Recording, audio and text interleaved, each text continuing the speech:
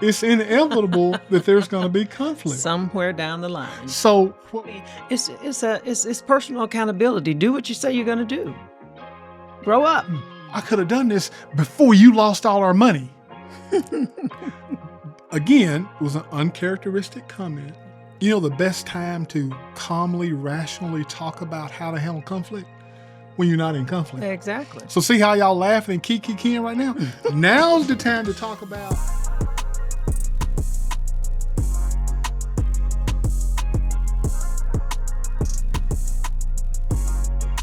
fighting fair, rules, tools, and red flags. Welcome to Marriage with Jim and Teresa. I'm your host, Jim. I'm joined in studio by my co-host, my wife of the last 40 years, the mother of our 4 children, Teresa, the therapist. Hi, Jim. What's up? Not much. I guess it's all about fighting, huh? Fighting fair? Hey, Teresa, you know what we want to do today? No, tell me. We want to teach couples how to disagree without destroying trust. Or like I like to say, how to disagree without becoming disagreeable. Yes, I thought you'd bring that one. We want to highlight some practical conflict resolution skills and how to avoid dangerous problem patterns during arguments. Absolutely. And this is one of my favorite chapters in our book that we talk about. In our book, we call this chapter Caring Enough, and I want you to think about the title, Caring Enough to Embrace Conflict. Caring Enough to Embrace Conflict. And here's why that's so important, Teresa.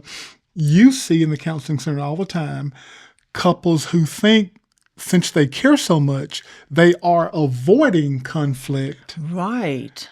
Instead of caring enough to embrace conflict. Yes. And that's what we're going to talk about. Conflict is inevitable, but being combative, that's an option. Right. We don't want to be combative. So, wow, we could spend a long time on this episode and do many, many shows about it because I see it's so problematic. It's so problematic. Mm-hmm. Here's some things that we know. Every couple argues, although I have had couples say we don't argue. I know it, and that's not a positive. That's not a positive. Now, usually what that means is because when conflict arises, somebody leaves the room. Or disagree. They shut down. They shut down. Mm-hmm. They shut down. Mm-hmm. And so they think they're doing a good thing. We don't argue, but that's horrible.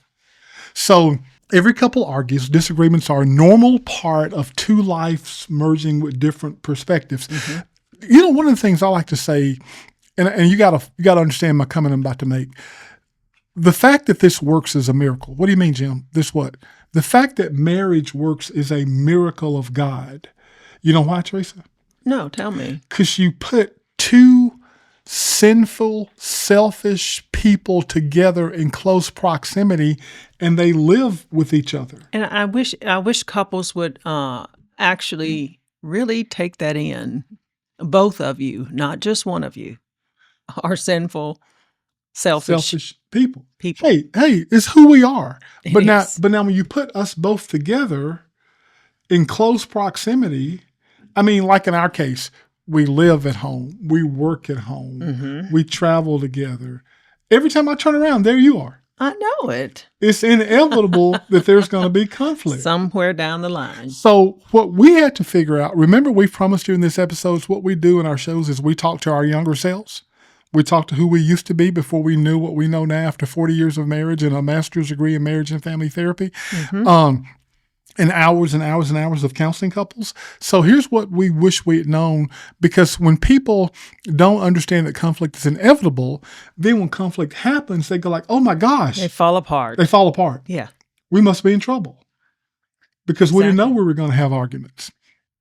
Okay. As a matter of fact, I tell couples when they do come to me, sometimes I'll say, I'm glad you're here. And I'll say that because I'm thinking now we have an opportunity to grow and to be even better. You know, it's not a negative that you're here.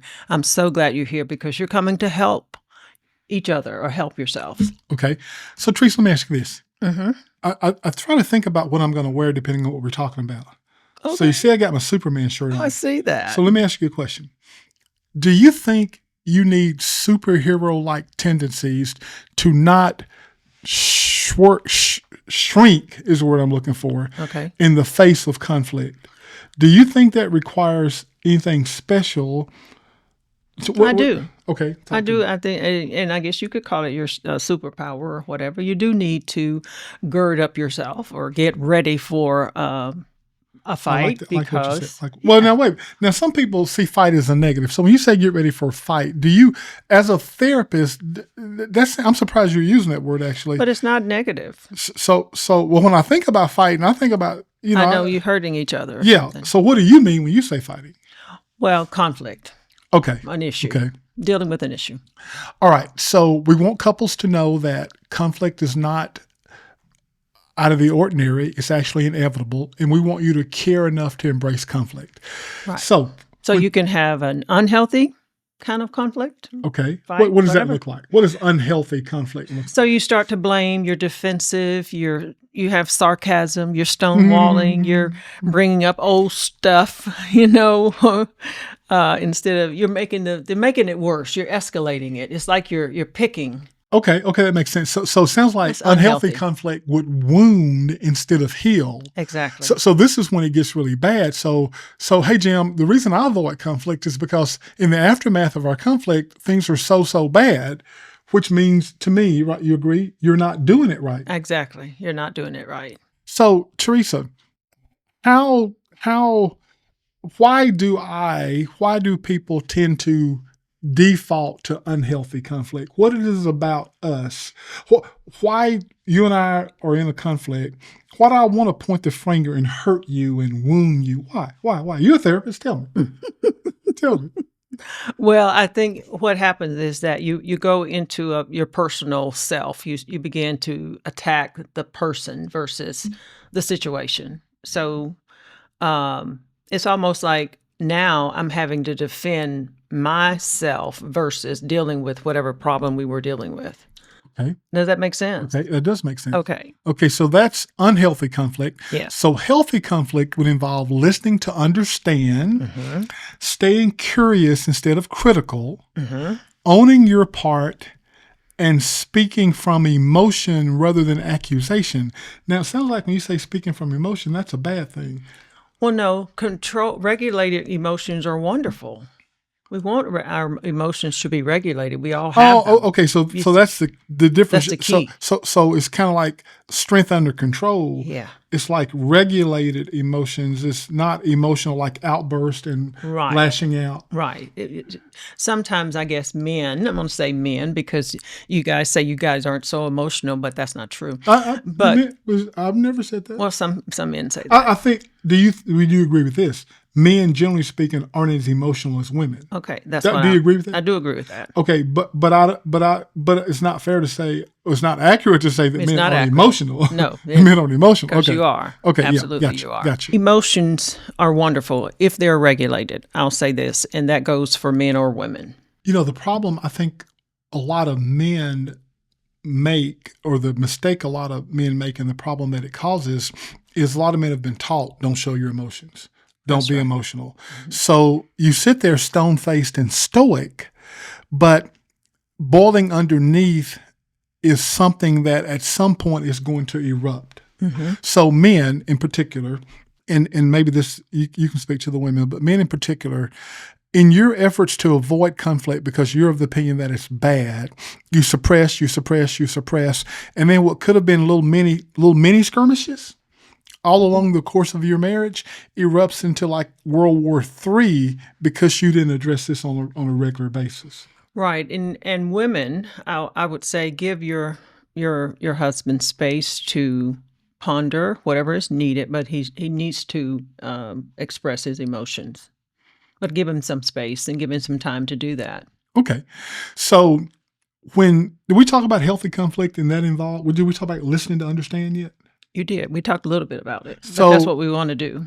Yeah. So healthy. Healthy conflict is listening to understand. And we talk about this in our book on the whole conflict chapter, or maybe it's the communication chapter, when we talk about listen, understand, love, LUV, listen, understand, validate. So when you're in a conflict, you want to listen, not waiting for your chance to speak. Right. Instead of listening.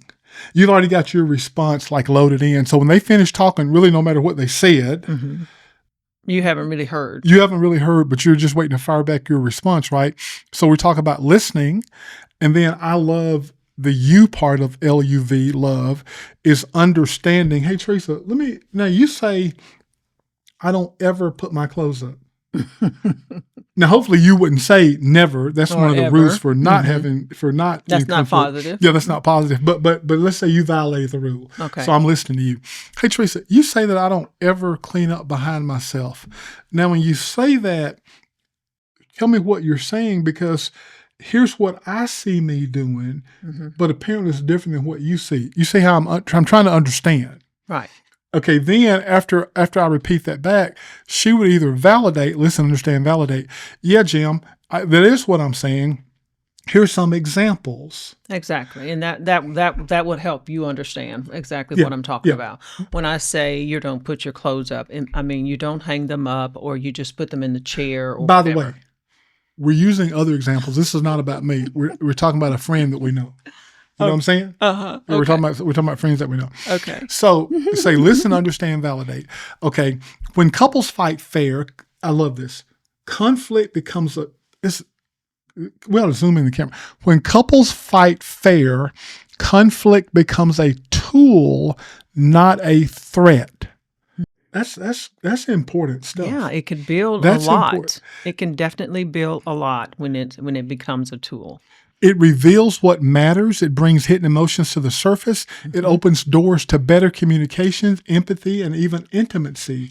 That's right. If you want us to open up and be that woman who desire you, you need to Initiate conflict and create things to argue about? Is that what you're saying? No, you need to that's not what you're use that too. Okay, all right. So instead of asking couples, why do we fight so much? Well, hopefully you're not fighting a lot, but a better question to ask might be, how can we learn to fight in a way that helps us? Right, because you've already said fighting and conflict is inevitable, but it's how we fight that's important, because that using that tool properly is only going to bring about the positive. You know what I'm trying not to do, Teresa? I'm trying not to overemphasize the subject that is so important to me, and this is such a big deal to me that I don't want to go off on a tangent here. Okay, I'll help you. Will you help me stay on target? Because I see the negative effects of this in so many cases. Okay. I've seen like literally marriages destroyed because a person didn't engage in conflict. And when I would ask, why don't you have this conversation? You know what the answer was? What? I've had at least 3 or 4 discussions with one-on-ones with men when I've said, why have you not engaged more in conflict? And the answer has been literally, Jim, I'm trying to save my marriage. So by not engaging, he's trying to save his marriage. Because he has a really negative view of conflict, not what we're trying to teach, a really negative view of conflict. So what's interesting, in his effort to not argue so I can save my marriage, it ends up blowing up. It always does. And in some of these instances of the 3 or 4 I'm thinking about, the marriage was not saved. And I mean, the woman is dying over there, not with him not speaking up and interacting, because that's what she needs, is to process through whatever the issue is. Okay, now here's the tricky thing, and I don't know if we're going to talk about this later or not. You tell me if you want to save it. So, we always talk about baggage. And we always talk about you see and hear life through the eyes and ears of your past experiences. We all come into relationships with baggage. This is why it's so hard to make this work. We bring stuff with us that the other person doesn't know about. So what? Why are you smiling? Oh, because I was just thinking how God works that. Tell me how God works. Well, just how God works through. You go to the wedding and it's beautiful and it's all this, and then here comes the conflict, and God is saying, "Okay, let's work through this.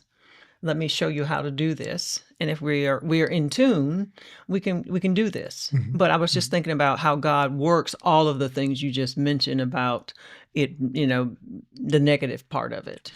But he can work that out. That's why it's so important to have him in the relationship. Go ahead. Yeah, no, exactly. So what was I saying? I forgot. Okay, so anyway, getting back to the theme, let's talk about some rules for a healthy conflict. Well, I was going to say something, though, I thought was really important to the men. Maybe it'll come back to me. Let's talk about some rules for healthy conflict. So we've said conflict is inevitable. Yes. We've said it can be healthy. Mm-hmm. We said it can be a tool. It doesn't have to tear you down. It can build you up. So what are some rules for healthy conflict, Teresa? Well, one of the things that I hear sometimes is we don't want to name call or That doesn't make any sense. I know Do it. you have to explain that to people? I know it, but sometimes I hear of couples, they just cut each other down, and I'm thinking, you sleep with this person. Why are you calling him this or her? Why are you saying those words towards someone you say you love? But name calling can be, so we don't want any name calling. Now stop right there. Mm-hmm. So I know you see this in the counseling center, or you wouldn't have brought it up. It's just hard for me to get my head around that. Why does that happen? Well, usually it's because it's a person feeling attacked. They just say a lot of things. That's Wow. about it. They just say, Wow. whatever to get you off my back, I'm gonna say it. But that means there's another problem. If you can get to this place with name calling, there's another problem under there that needs to be addressed. Hey, I know one of the things you do, you've told me to do in the counseling room, is you like to watch couples interact, I not do. necessarily in conflict, but just interact in general to see how. Tell that story. Do you don't encourage them? You put topics on the table. Well, Tell me what you do. Well, sometimes if I ask a question and a person he or she is responding, and then the other person interrupts and starts, well, I'm going to allow that to continue unless it gets bad or something. But I'm going to allow that to continue because it gives me an idea of what he or she is going through when they are communicating. When they're trying to communicate. So if I'm trying to communicate and you keep cutting me off, I never get my thought out. I haven't expressed myself really. It's just, it's just a back and forth, no understanding. That is very, is not only rude, but it's, you're not getting any, there's no progress there. So part of what you do in the counseling room is you observe perhaps conflict to see how they fight, so you can counsel and correct on how you should argue. Right. And like I say, one time I did let it go too far, and I had to stand up, and I asked him to leave. Really? I sure did. I said, you need to step out and cool off a little bit. But I wanted to see what she was experiencing because she had tried to tell me and he was trying to explain, and he got really upset. So I had to stand. As usually what I do is I stand up and get attention. And then I said, would you just leave the room and cool down a minute, and we'll reconvene in just a moment. Okay. So let me ask you this. A couple that's that animated with you there, what's happening at home when they're just by themselves? Yeah, I'm sure there's a lot. That's why I wanted to see that. I wanted to hear what was going on, but she had already told me. Yeah, she had already told me, because usually I meet with a couple individually first. So I listen to what he thinks the problem is, and I listen to what she thinks the problem is. And when I bring them together, then I'm looking for those things. Is that is that what she said? Is that what he said? I'm looking for those things so that we can address them. And I never go back and say he said, she said. I don't do that. So you don't tell the person what the other person said and the individual said. Okay, no, I bring it around and maybe a question or something like that, and then allow them to elaborate on it. But this particular person was dealing with some other issues. It was just a very, whatever, but it went too far. And I apologized to her. I apologized to him, and they both apologized to each other. So by the time we left, and I always try to de-escalate before they leave my office. And so we got to a good place. We made some commitments of not saying certain things, and then we were able to move on. So that's part of our first point, is no name calling. Yeah, so no you made name a commitment calling. not to say. Okay, so no name calling. Okay, you say no bringing up the past. Right. If the past is not in this whole thing, why are we bringing it in? What are you trying to accomplish there? Because usually if you're bringing in the past, you're trying to say this is what you did before, which is a negative, ugly, not being nice, not being kind. So that doesn't need to come in. And it's okay to take a time out if you need it. Take a time out. Say, give me a minute. I need to go, but you got to make sure you come back and talk about the situation. But sometimes timeout is important. So when I hear you say timeout's important, I think about, we write about this in the book, that you want to make sure when you're prepared to engage in conflict, I know sometimes it's spontaneous, but you want to try to be intentional in terms of having the right tone, making sure it's the right time, Right. it's the right turf. Right. So what do we mean? I've said this to you before, and here's what's amazing about our relationship journey, and we do these shows to speak to our younger selves.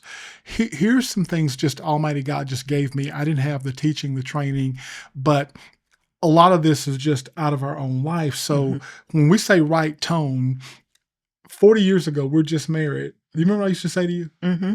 We'd be talking. I say to Teresa, ho, ho, ho, take some of the bass out your voice. That's the first thing you need to do. Take some of the bass out your voice. You did say that. So Yeah. I didn't have any training. It's like just God gave that to me because it's like, and I would say to you, I guess I was just transparent enough, and just by the grace of God, hey, Teresa, help me help you. What do you mean, You've Jim? said I that. said that a Yeah, lot. you've said that. I said, because now here's what I know about me. When you raise your voice, I'm not going to listen. Doesn't matter if you're making sense. Doesn't matter if you speaking with the voice of God. The fact that you hollering or yelling, which you don't do that. No. But if the voice is, but I'm hypersensitive to elevated voices. Well, I used to scream at the kids because I was downstairs, they were upstairs. I'm trying to get their attention. It wasn't the texting and stuff at the time. Yeah. That came a little bit later, but you didn't like that either. So we would talk about the right tone. That's my example of just God gave that to me. The right time. Okay, now here are 4 words that frighten most men to death. I know. Here are 4 words that frighten most men to death. Men, you know what I'm talking about? We need to talk. We need to talk. Okay, that should not be frightening at all. Man, let's talk about this. Exactly. Why Walk into it. Why is that frightening? I don't know. I've told a guy, I said, you're a grown man. You need to walk right on into it. What is it, baby, that we need to talk about? So another thing, can't take credit for it. Nobody trained me on this. It was just the grace of God. So when Teresa would say we need to talk, I would do one of a couple things. Depending on what I was doing, let's say I'm watching something on TV. We need to talk. I turn everything off that I'm doing, completely devote my attention to her. What do we need to talk about? Let's go. Let's talk about it. Or let's say if I can't do that right then you make a promise. Hey, Teresa, now is not a good time. Give me 30 minutes. Give me an hour, but you got to keep your promise. Exactly. Give me this time and we will talk about this. As a matter of fact, you used to get upset with me, remember, because I used to say to you, okay, I agree we need to talk. And I'm gonna exaggerate. I don't think I actually said this, but I was like, "What about Thursday at 3?" You said something about get on your schedule. I don't know. I'm not sure. I'm not sure. I'm not sure. And that just went out the window. I'm not sure if I said get on my schedule. I'm not getting on your schedule. I think maybe what you heard. I think what I said was a good time for us to talk would be. We were at the office, so I know it was. Were we at the office?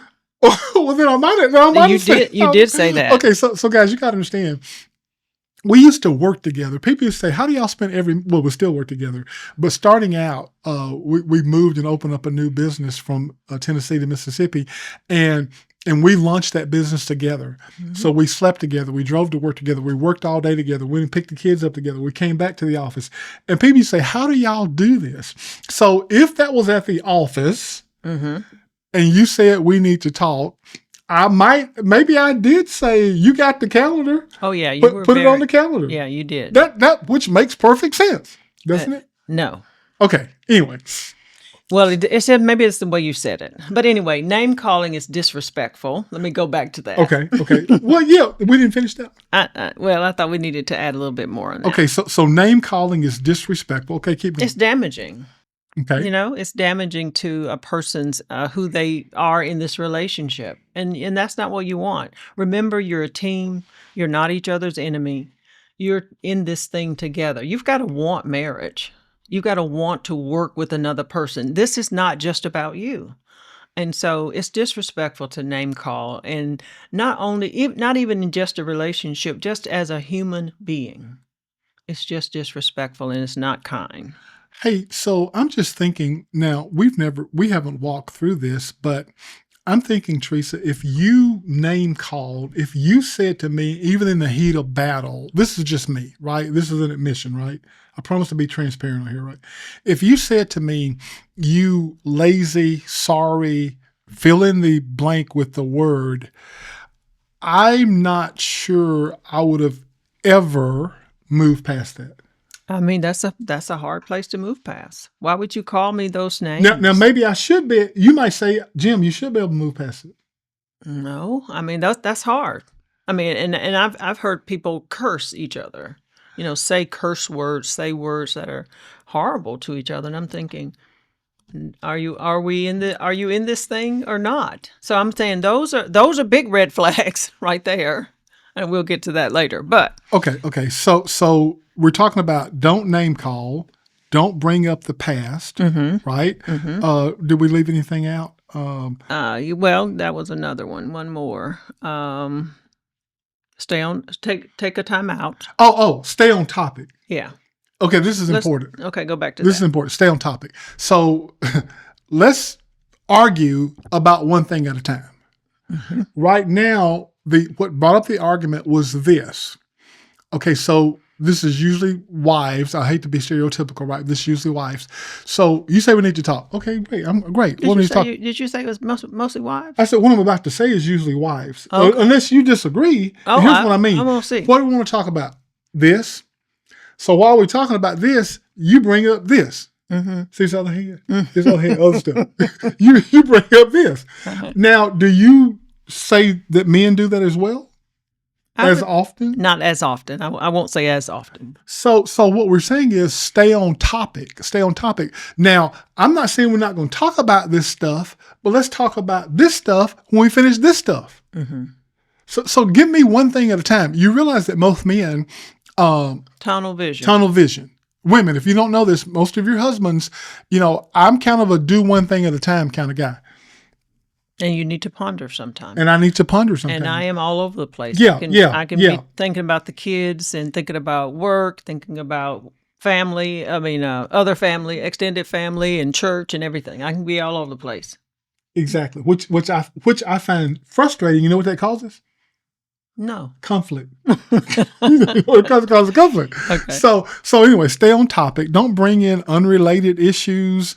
It clouds the conversation, it increases the chance of misunderstanding, and then it often leads to back and forth. But because here's the whole thing about conflict. We're trying to come to resolution. We ain't just having conflict because it's our favorite recreational activity. Yeah. Something I talk to men about all the time? What? Man, this is maybe one of the most talked about subjects that I talk to when I'm mentoring individual men. This issue came up. Why didn't you address it? Hey, Jim, I just didn't want to take the time. I didn't see the importance. And then I'll say this. Hey, by you not addressing it over here, marriage year one, dating month one, that now, if you plan to be married for the next 40 years, you got to address this that you refuse to address here and here. This is a timeline. Here, all through the timeline. And so I don't understand why men don't get that. Here's the guy asked me this. Jim, you seem to really embrace conflict. Well, I do. He said, you seem to enjoy it. I don't enjoy conflict. But here's what I enjoy. I enjoy resolution.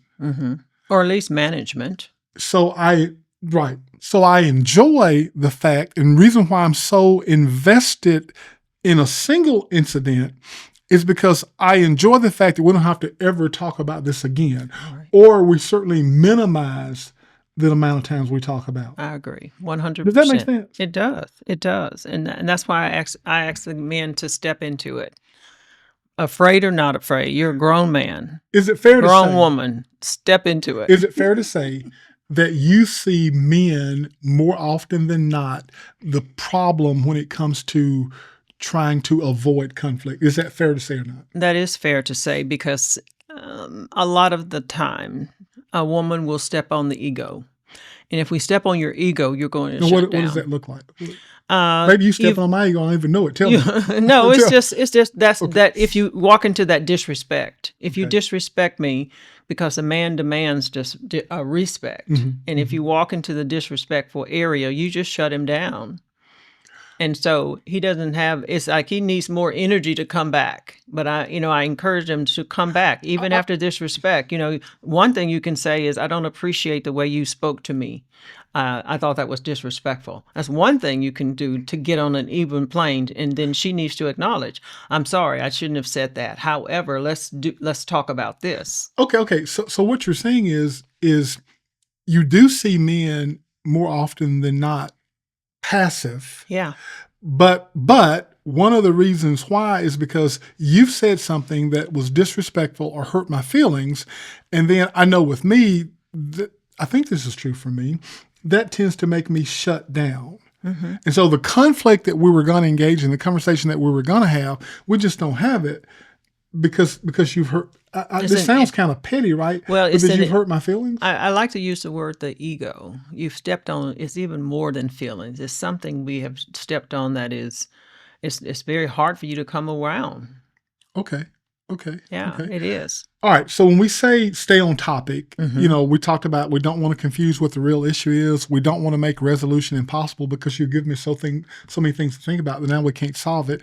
I don't want to feel overwhelmed and unfocused. Right. Okay. So what are some things that we're talking about? How do you embrace conflict, or how do you learn the right skills? So we talked about what you don't want to do, Teresa.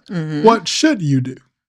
Well, like I say, just have the one issue at a time. Okay. So let's focus on the communication issue right now. We can talk about whatever else, scheduling or whatever else we need to talk about later. So you just make that just that simple statement. Okay. You want to create a sense of safety and direction in the conversation.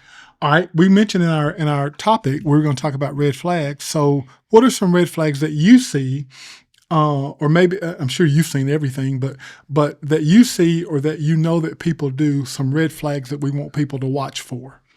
Well, and red flags definitely are relationship killers. And one that's really big is stonewalling. And I just, and I just wanted you I wanted us to look at that. Okay, let's look at it. So stonewalling is when a partner shuts down, withdraws, and become emotionally unavailable. And during this conflictual time. So that's almost that's a disrespect right there. But it's like looking at, you're just like giving me the silent treatment.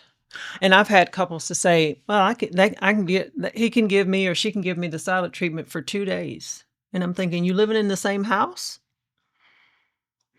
So I'm just saying stonewalling is one of those things that can cause. Hey, do you remember the first time those red flags? You remember the first time this came up in our relationship? I don't remember. When did did you stonewall me? No, I'm not a stonewaller. I'm not a stonewaller. I stonewall you?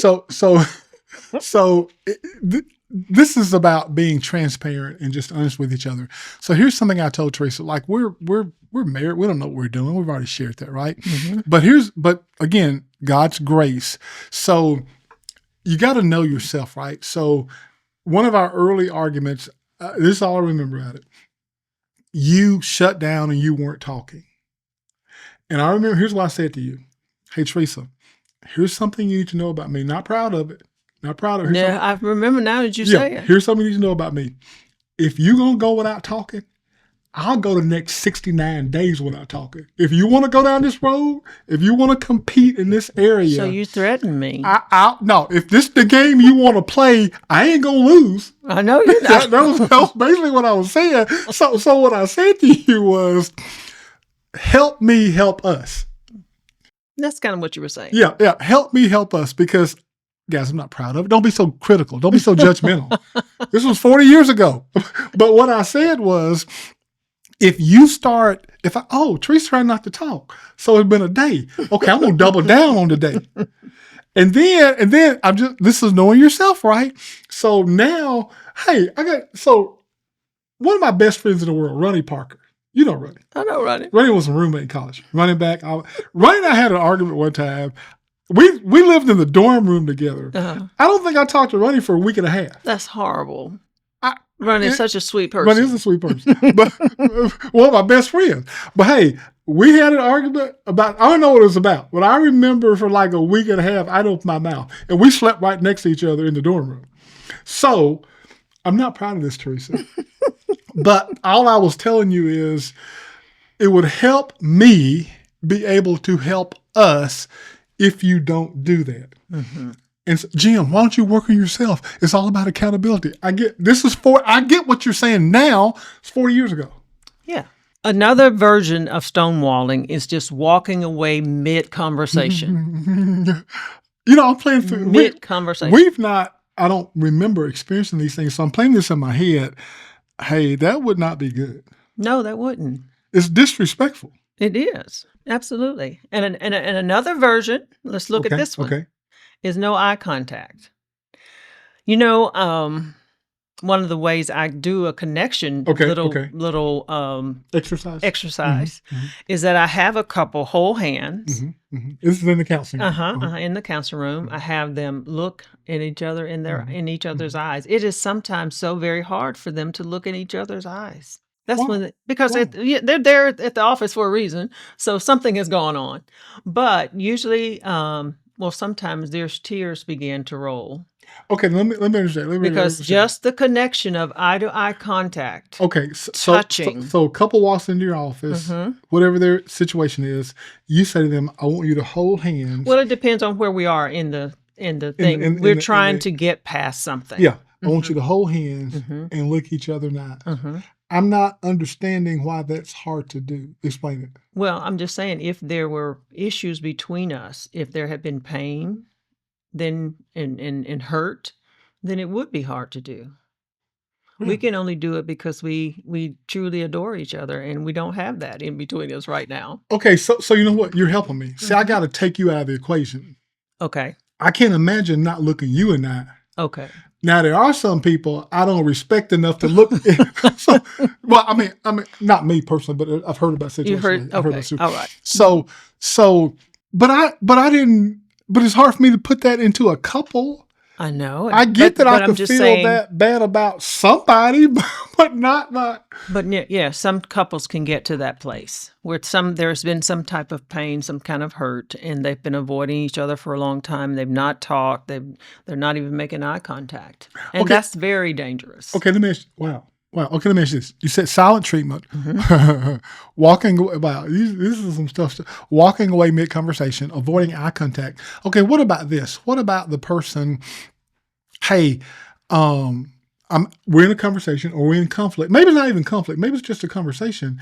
But you understand that some people need to be more contemplative and need to ponder on stuff. You said that earlier. Mm-hmm. So what about the person who says, so we're in a conflict or conversation, Teresa, so what do you think about this? How does it make you feel? I'm asking you all the questions, and you're not being disrespectful. You're not avoiding eye contact. You're just saying, I'm not ready to talk about it right now. Mm-hmm. Or I can't talk about it. How do you handle that? Well, then you give that person that space. But what if the person has proven to be a liar, and every time they say we're going to talk about it later, they never talk about it, and I can't trust them? Well, that's what I would bring up. I would say, now, you said this before, and you didn't come back and talk to me. So please, if you're going to do this, I'm going to give you the space, and we'll talk about it, tomorrow or later today. So you need to, I mean, it's personal accountability. Do what you say you're going to do. Grow up. Okay. Again, in our relationship, so we talked about we need to talk. Mm-hmm. Stop everything I'm doing. Let's talk. Now's not a good time. You said I asked you to get on my schedule, which you refused to do because you wouldn't want to follow instructions. But that's another story. Say, how many years ago was that? Go ahead. But I need to keep my promise. If I say it's now not a good time, it don't need to be a week, a month later. You don't need to have to run me down. We never talked about it. Right. I need to be a person of my word and circle back around to you because I'm the one who delayed it. And now, Teresa, let's talk. Okay, so this last version of stonewalling, I definitely want to bring up. Okay, let's talk about it. It's when a person keeps saying, "I'm done." What does that mean? What does that even mean? And they refuse to engage with each other. Wait a minute. They're saying, I'm done. Like with the saying, relationship, which or with the conversation? No, with the relationship mainly. They're saying, they leave feeling dismissed. Just say, I'm done. I'm finished with this. Hold on. Let me or understand. it could be the conversation. Yeah, that's what I'm trying. I want to understand. Yeah, it could be the conversation, or it could also be, sometimes people will throw that out there. We just need to get a divorce. That kind of stuff. They throw those things. I've actually seen that. Now, matter of fact, I had a couple or an individual I was working with, and I said to you, this was helpful. Boy, you are a real therapist. Because I remember you. I said, Teresa, I got a guy that I'm working with. In the midst of conflict, his wife, I'm careful to use the word always. I'm careful to use the word, but I think she was more always. Now think about it. But often would say, I guess we're just going to get a divorce. Basically, I guess you're saying, I'm done. And I came to you and I said, why does this keep happening? Do you remember this conversation? Remember what you said? It's usually a fear, and she's trying to do it before it's. That's what you told me. That's what you told me. You said this particular person is so uncomfortable with conflict that she's thinking, man, we're arguing. I bet this is going to lead to a divorce.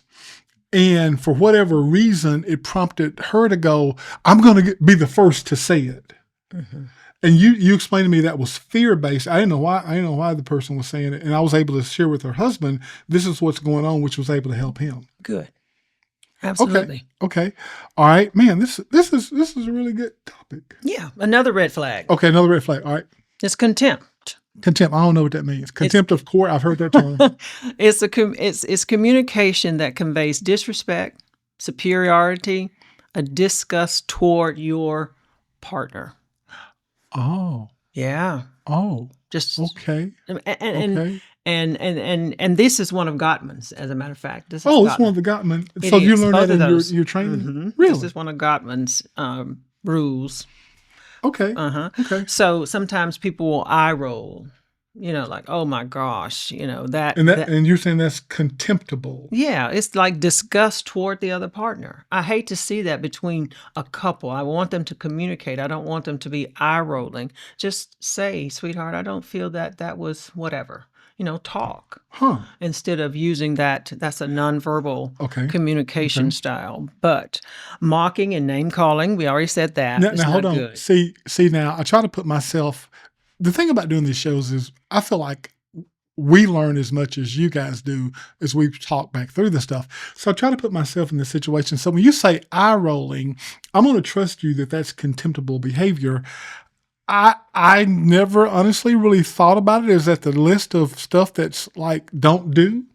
I can see me doing that. So I can see me rolling my eyes, right? Really? I can. I don't know that I do it.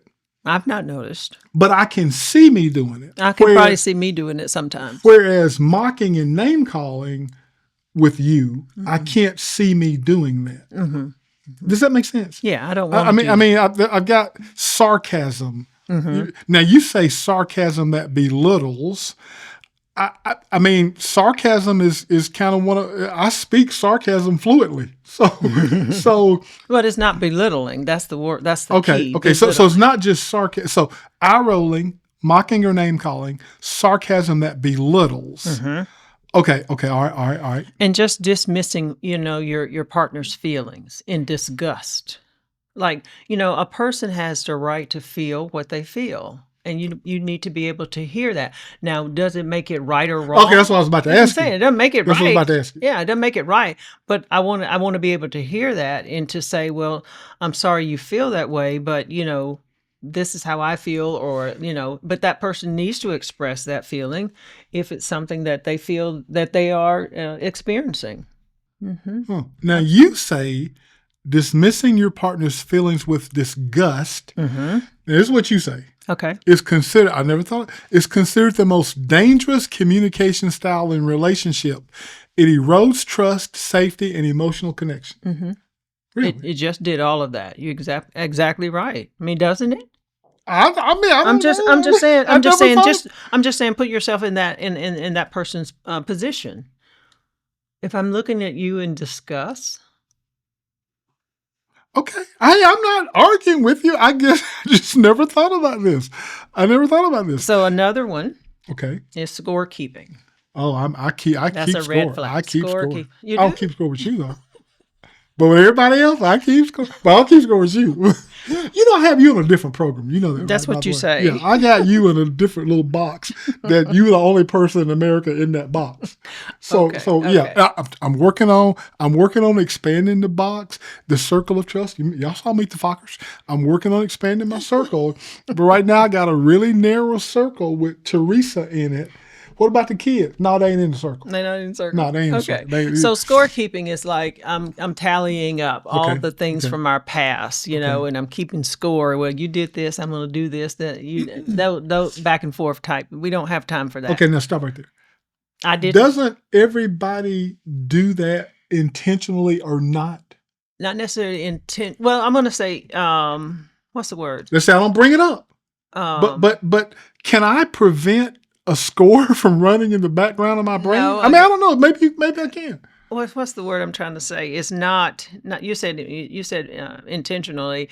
I'm going to say what's the word when you're not conscious? Unconsciously, Yeah, we okay, do. I okay. think we do kind of tally. Yeah, that's what I'm saying. Okay, unconsciously, that's the word I want to say. So yeah, you did the dishes 3 times, and now, or I did the dishes 3 times, and now it's your time to do the dishes 3 times. Well, let me say Why that. you counting? Why you counting? That's what I'm saying. Whatever it takes to make our household work, that's what we need to be doing. Okay. But I'm just showing. We're just talking about how people do scorekeep, and that's not a good thing to deal with when you're talking. Scorekeeping is not a good thing. Right, Okay, it's not a good thing. Turns a relationship into a competition instead of a partnership. Yeah, it builds resentment and discourages grace or forgiveness. Oh wow, that's tough. that's a big one. That is a big one. Because I need God's grace, so I should be extending grace. Absolutely. Do you guys realize if you pray the Lord's Prayer, what you're actually praying? Forgive our debtors as we forgive our debts. Forgive those who trespass against us as we forgive those. It's basically saying, you're basically praying, treat me like I treat other people. Mm-hmm. Hey, once I figured that out, I thought long and hard before I kept praying that. But okay. All right. What do you mean when you say weaponizing vulnerability? Hey, you're using a lot of technical, clinical terms in this discussion. I noticed weaponizing vulnerability. Well, I wanted to really talk about, kind of bring up some of the things I've heard in our society today. Okay, tell me. Because you're out there in the streets, Teresa. I'm not out there with So tell me. It's like you're taking what someone has shared with you in trust, and you're just using it against them. That wouldn't make any sense. Well, I mean, whether it makes sense or not, for a couple. For a couple. Well, it wouldn't make any sense for anybody, but especially for especially for a couple, it wouldn't make any sense. So those are red flags that really cause problems in relationships. I don't want to hurt you. Does that make sense? That's not my goal. Okay. So now weaponizing vulnerability. Do you have an example? So you're saying I was completely vulnerable with you, right? And I shared something with you. Yeah. Hey, Teresa. And then you use it, you turn it around, you make me feel shameful about it, you manipulate me with it, and it just hurts.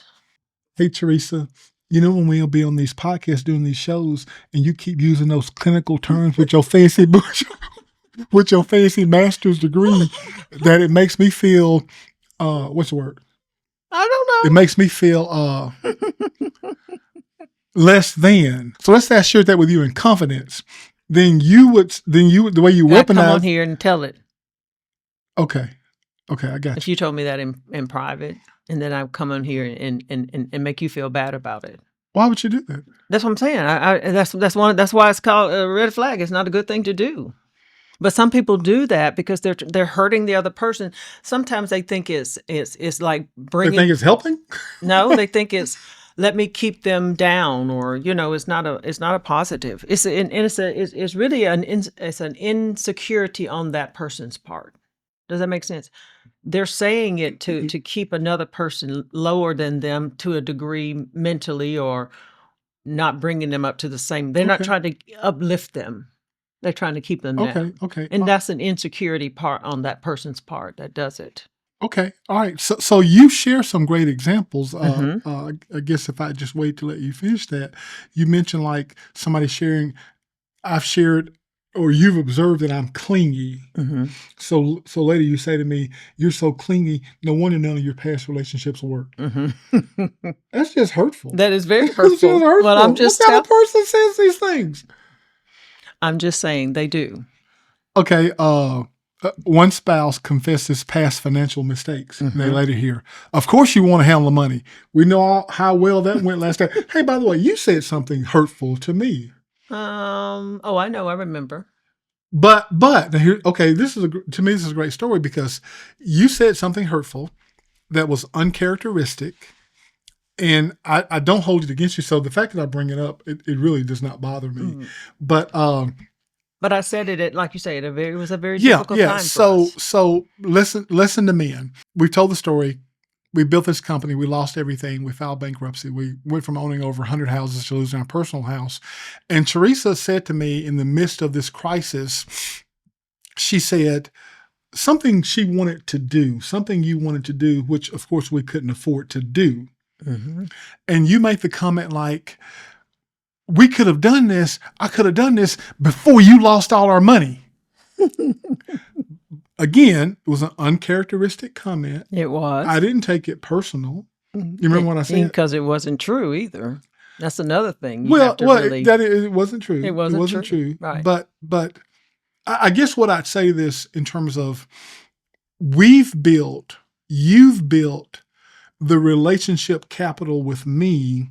Now, nobody wants to hear this day in and day out, right? Mhm. But an isolated once in a every other decade or so kind of comment, or maybe once in a lifetime, I can overlook that, but I can't imagine being bombarded with that every day, day in and day out. Right, and so I would definitely always assess, is whatever this person said, is it a true statement or they just ran off at the mouth?